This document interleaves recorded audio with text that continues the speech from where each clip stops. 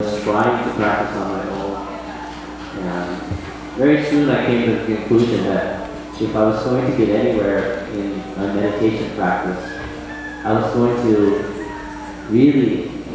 I wasn't going to get anywhere just sitting by myself in my little house every night, even if I could be so diligent to meditate every day.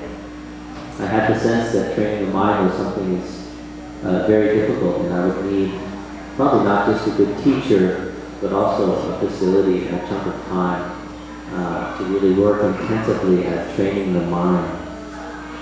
And when I looked around at the time, I was just a poor student. The only thing I really found was a bunch of meditation centers and expensive retreats. And there wasn't really even a lot of meditation centers that offered intensive training. There were retreats taught here and there for 7 days, for 10 days. You'd have to take off work, spend hundreds of dollars, and travel, usually long distances, to go do these retreats. And I thought, well, that would be a step in the right direction, but I think it's going to take a lot more than 7 or 10 days to train this monkey mind. It's so difficult, man. Jumping around here and there. And meditate for a little while, it just calms down a little bit. And I had needed the time or money when I was still a student, but as I finished studying, I started thinking more seriously about taking some time off to find a place to train.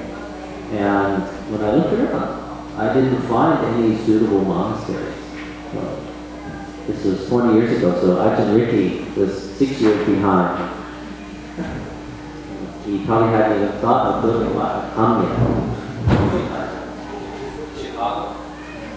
Yeah, he was still in Chicago. And later I found out there was the first forest monastery being built in West Virginia, but it would be hard to know about it because they had just started a very small place started by Bhante Gunaratana, Venerable Sri Lankan monk. But I knew of no Theravada monasteries in America at that time where I felt welcome or where any people were teaching sort of English people.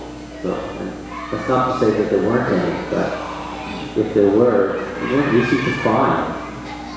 So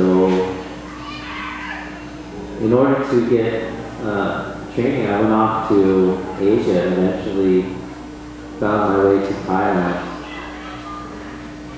and ordained in Wat Phanarachak. But before, there's an interesting synchronicity. I traveled in Asia for about a year and a half looking for ashrams and monasteries, and originally my intention was not to become a monk.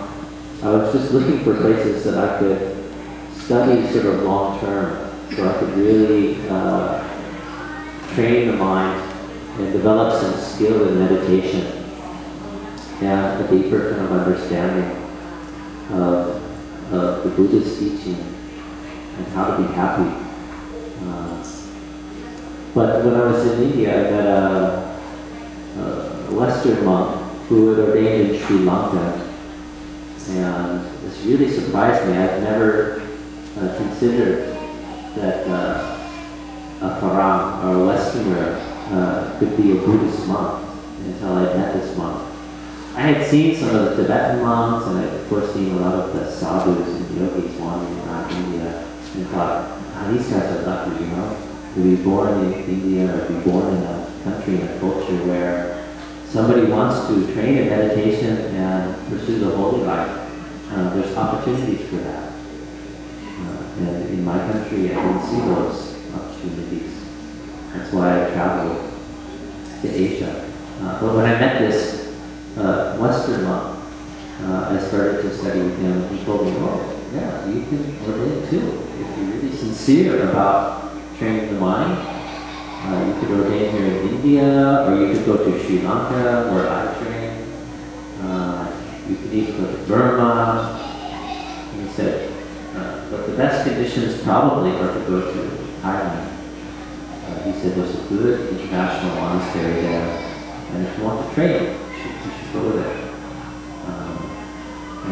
Even though I was inspired but not quite yet ready, so I continued to struggle on my own for many months, not really knowing where to go, even though he'd given me this very good advice. I found myself living in Hong Kong for a little while, and a friend of mine had a book by Ajahn Buddhadasa, No Religion. Yesterday, Ajahn Ricky was showing me some copies of this book he has printed here. And how many times have you printed it? 10 times he's printed it. So I'm wondering where all the other monks are. He printed it that many times. But this friend of mine, he had a copy of Ajahn Buddhadasa's book, No Religion. And when I read it, I really had a great deal of faith. And I realized that the thing that was holding me back is I hadn't really found a teacher or a monastery or a place that I felt comfortable enough with. And when I read the teachings of Ajahn Buddhadasa, I thought, this man I can trust. He speaks so directly and clearly about Dhamma. And if you've read this book, No Religion, he really talks about